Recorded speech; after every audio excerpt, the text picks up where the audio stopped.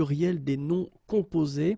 And we'll take the time in this video to see something quite tricky. And I'm really sorry about that, but well, I need to do my job and to explain or to tell you how it goes. When you get this composed noun, and when this composed noun is composed by first a noun, or not first but then a noun and the adjective grand, because in most of the cases this grand will be in the first place, okay, it will be tricky. It will be tricky, let's be honest.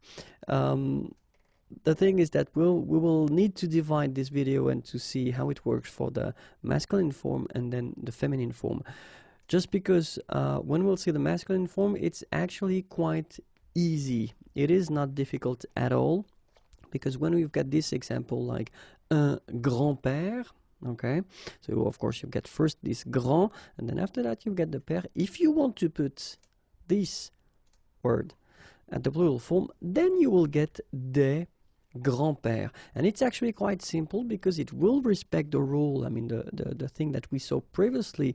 You just need to put s at the end of each words, okay? So grand with s and then père with s, like that, okay? So it's not really difficult, and especially if you think about that, you don't pronounce this s, so actually phonetically it's the same, grand-père here and grand-père here, okay? So let's be honest, I mean, if it's for the masculine form, then it's not difficult, but if it's for the feminine form, and that's where it is a bit strange, but I mean that's just a language, so we need to see how it goes.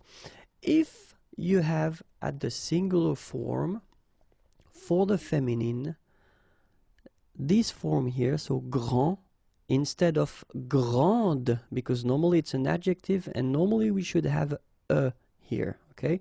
But it does, I mean, it does happen that in some cases, like with this word in grand-mère, then actually you don't have this at the end of the adjective. So if you have this form, so first the adjective grand at the feminine, but not really at the feminine because you don't have this okay, then that's when it will be tricky, because you will have, well, two options to put the plural form.